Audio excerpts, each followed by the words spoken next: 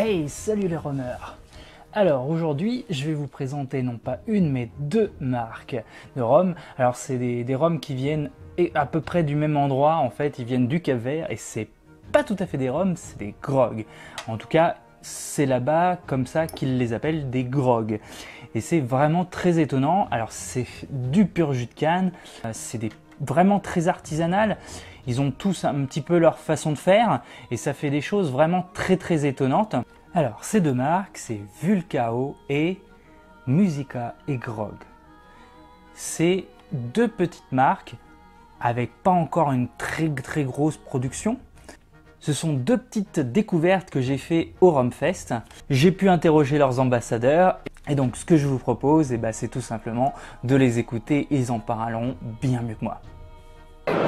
Bon, vous avez la chance de découvrir pour la première fois en France les rhums du Cap-Vert qui n'ont jamais été importés avant. Et donc voilà, Musica et Grog est le premier importateur de rhum du Cap-Vert en France. Je vais vous les présenter rapidement. Alors, un rhum blanc, rhum pur jus de canne, un rhum qui a été distillé en 2018. On dit pur jus de canne, c'est pour ne pas dire agricole parce que c'est le même principe. Et en plus, par rapport aux agricoles, il a quelque chose en plus, c'est qu'il est fait de façon tout à fait artisanale, en très petite quantité par la journée. C'est ce qui est la caractéristique principale. La deuxième caractéristique principale de ce travail-là, c'est qu'elle est extrêmement aromatisée. Il y a une quantité de parfums et de fleurs. On arrive, pour ceux qui connaissent, à des taux non-alcool de TNA de 800 grammes par hectolitre d'alcool pur, ce qui est exceptionnel et extrêmement rare. Donc, surtout pour un rhum blanc et un rhum agricole. Voilà. Alors, comme on travaille depuis 2 ans, on a déjà commencé à faire vieillir un an. J'ai importé des tonneaux en chêne de la France et j'ai fait vieillir celui-là 1 an en fût de chêne qui a eu avant du vin de Gaillac, rouge.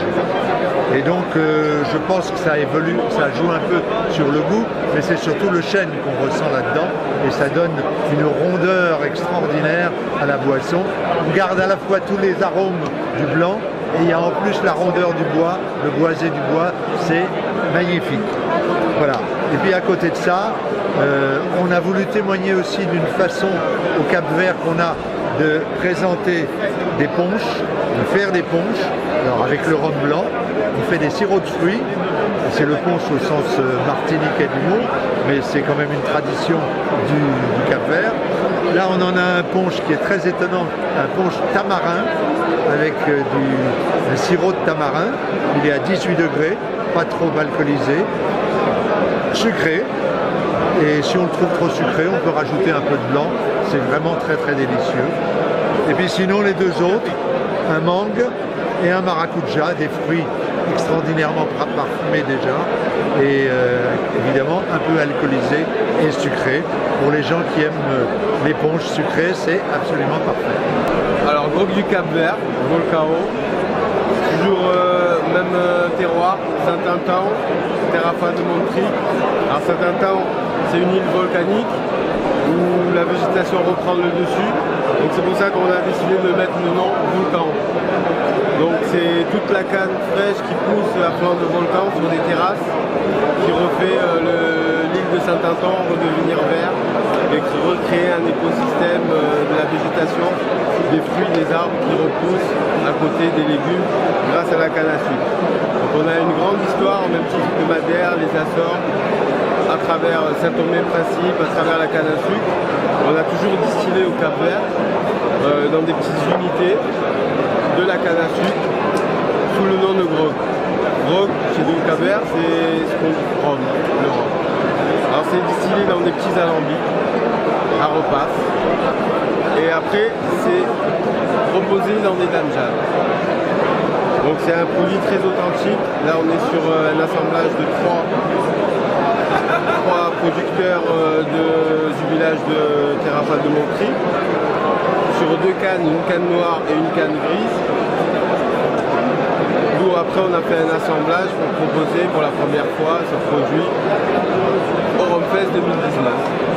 Voilà, donc c'est la nouveauté avec grand plaisir que je viens présenter ce produit, que je viens le faire déguster parce qu'on peut en parler, voir des photos, mais on peut imaginer, mais il faut vraiment le goûter pour se rendre compte de ce que c'est vraiment. Donc c'est une grande partie de l'histoire qui est là en bouteille.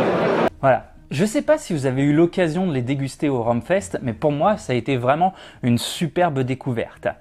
Personnellement, j'ai pu avoir un sample du Vula, le grog de Musica & Grog, et il est vraiment sublime. C'est vraiment une très très belle dégustation que j'ai pu faire. Avec seulement 1 an de maturation, il est vraiment, mais juste trop bon. Pourtant, c'est vraiment un rhum qu'on favoriserait plutôt en cocktail, et pourtant, je l'ai vraiment superbement apprécié sec. Moi, je vous le recommande fortement. On peut déjà le trouver en métropole.